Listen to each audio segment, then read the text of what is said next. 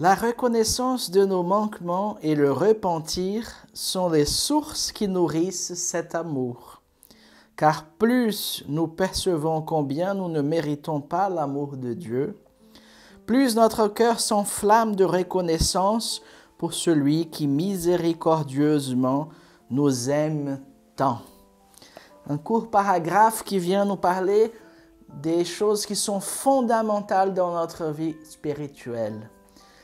La servante de Dieu, Marthe Robin, disait que la repentance parfaite est l'essentiel dans la vie spirituelle. C'est le don par excellence à demander à Dieu. Et ici, notre fondateur, il va dire que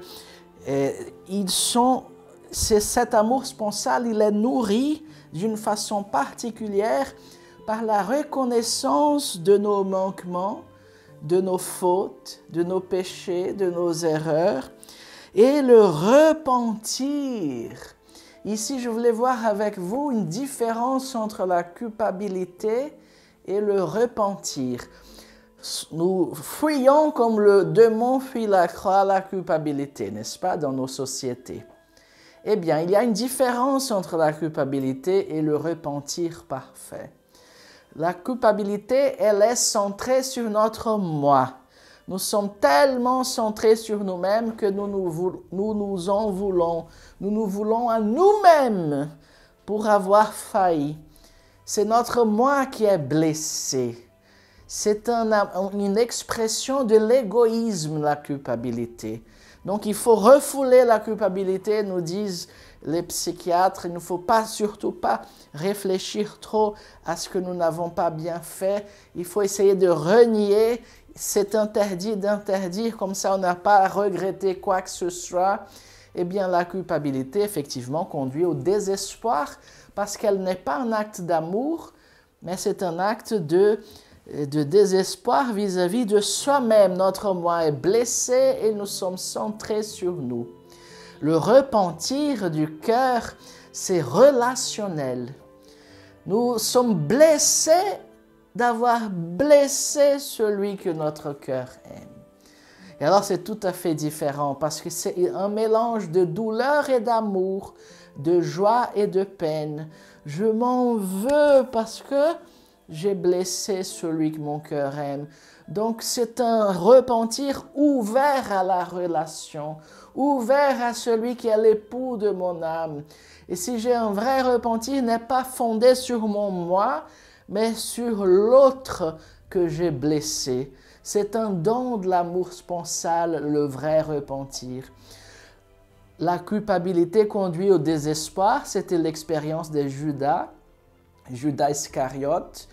Il n'était pas blessé d'avoir blessé celui que son cœur aimait, mais de ne pas avoir compris ce que se passait.